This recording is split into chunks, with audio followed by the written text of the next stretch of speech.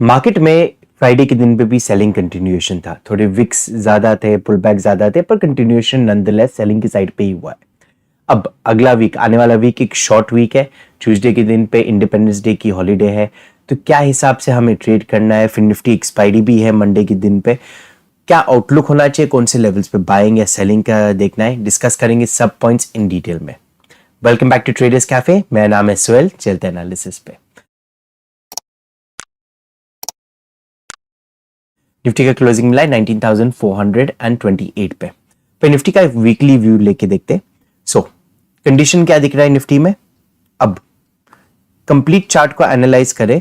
सो ये हमारा एक प्रीवियस ऑल टाइम हाई का था लेवल।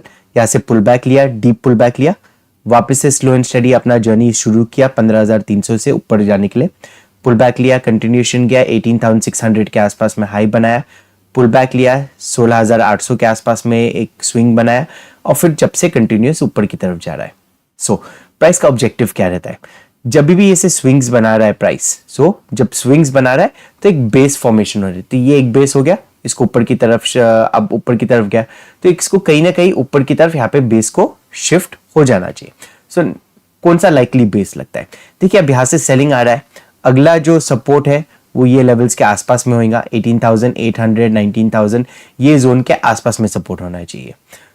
ये जो पुल बैक, ये अभी तक सेलिंग नहीं है, ध्यान में रखिए, ये अभी तक सेलिंग मोड पे नहीं है। ये जब तक ये लेवल्स को काटना शुरू नहीं कर देता है, जब तक मार्केट नेगेटिव नहीं बोल सकते on a long term basis पे। शॉर्ट टर्म बेसिस पे यस नेगेटिव है।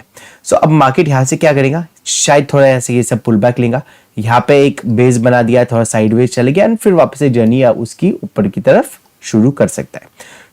आउटलुक फिलहाल क्या लग रहा है, शॉर्ट टर्म बेसिस पे नेगेटिव आउटलुक ही बनते हुए नजर आ रहा है। वीकली कैंडल के हिसाब से देखेंगे तो एक इनसाइड बार वाला कैंडल बना हुआ है।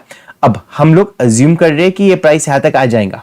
एज पर टेक्निकल्स प्राइस यहां तक आने की प्रोबेबिलिटी हो जाती है, बट अगला वीक का कैंडल सपोज यहाँ पे कहीं पे क्लोज हो गया तो स्विंग यहाँ पे क्रिएट हो गया, एंड फिर ये अपनी जर्नी ऊपर की तरफ कंटिन्यूएशन करेंगे। As simple as that. So we will react to the price. अब प्राइस को फॉर्म होने देंगे तब हम जाके रिएक्ट करेंगे, बट शॉर्ट टर्म बेसिस पे अभी थोड़ा सा नेगेटिव नजर आ रहा है। डेली चार्ट पे देख के नजर मारते कि क्या सिचुएशन बना हुआ है। डेली चार्ट पे आप देखेंगे कि जो फर्स्ट जो पुल बैक लिया था निफ्टी ने, ऑल टाइम हाई मारने के बाद निफ्टी नीचे की तरफ आते गया, 19,300 का एक बेस बना, वहां से ऊपर आया 19,600 700 के लेवल तक, एंड वापस से अभी सेल ऑफ आ रहा है। तो जब तक ये बेस नहीं टूट जाता, 19,300 नहीं टूट जाता है, जब तक हमें अग्रेसिव सेलिंग नहीं देखने मिलेगा। यहाँ पे सपोर्ट है, ये ऑलरेडी काफी बार डिस्कस कर चुका मैं।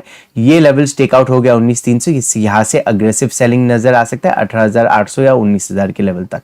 ये जो लेवल्स है यहाँ पे कुछ खास सपोर्ट है नहीं ये जोन के बीच में, तो यहाँ पे अच्छा खासा मोमेंटम वाले ट्रेड्स आपको मिलने की उम्मीद हो सकती है।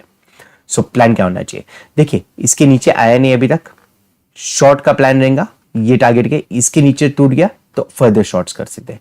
बाइंग के लिए कैसा हो सकता है प्लान, अब कहीं मार्केट को यहाँ पे बेस बनाना है तो ये गैप अप के साथ में खुल के यहाँ पे कहीं पे क्लोजिंग दे दिया तो कैसा पैटर्न बन गया, यहाँ पे हमारा कुछ double bottom type of pattern बन गया।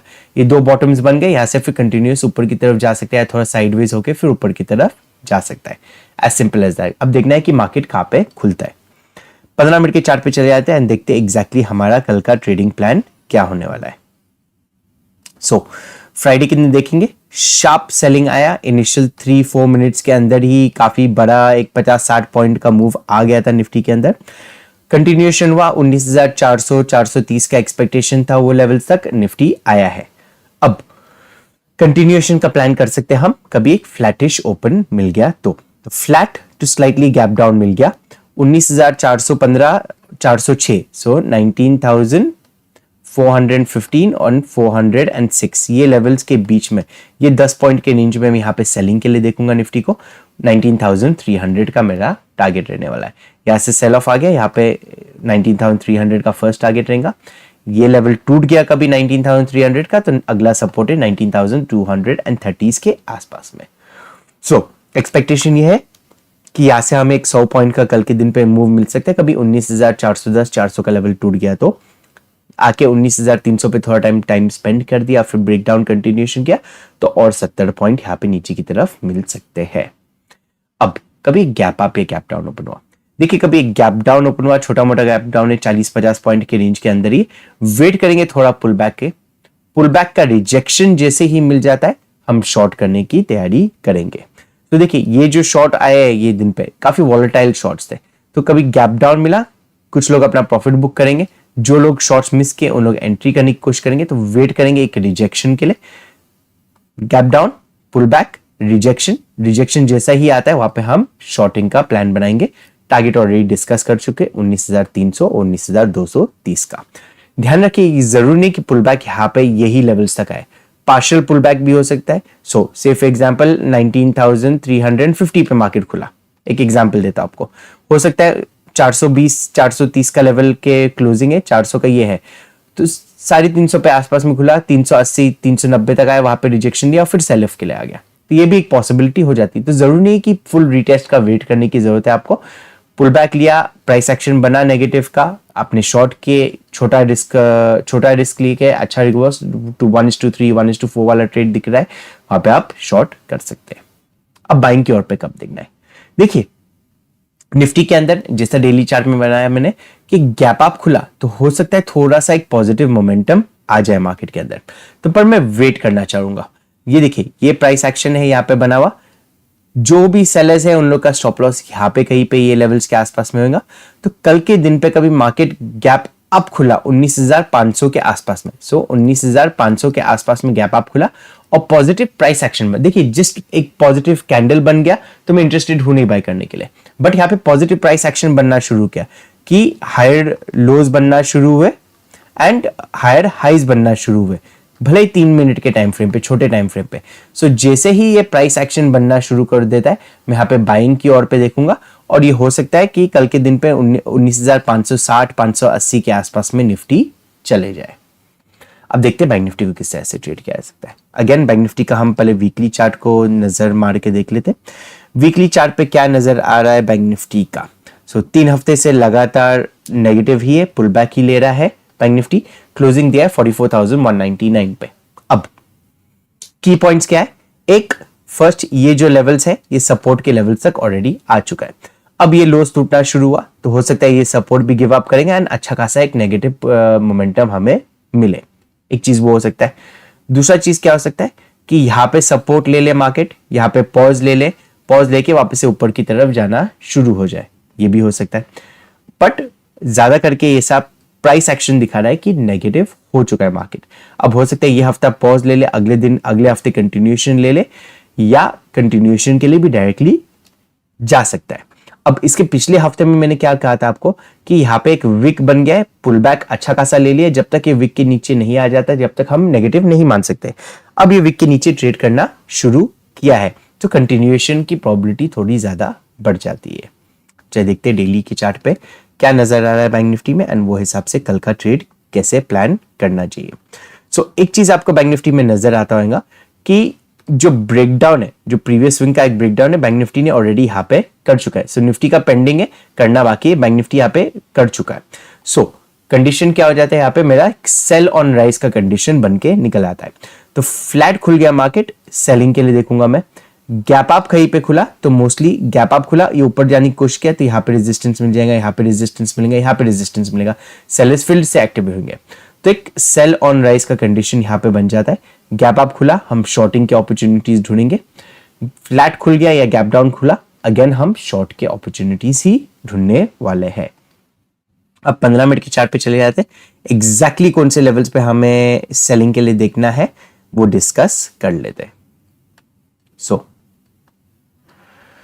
क्लोजिंग है 44,199 पे, flat to slightly gap down, gap up खुला ये रेंज के अंदर कहीं पे, ये 15 मिनट का जो रेंज बना था वहां पे कहीं पे, और 44,150 का लेवल 44,150 का लेवल तोड़ना शुरू कर देता है, हम डायरेक्टली यहाँ पे बैंक निफ्टी को सेल कर सकते हैं।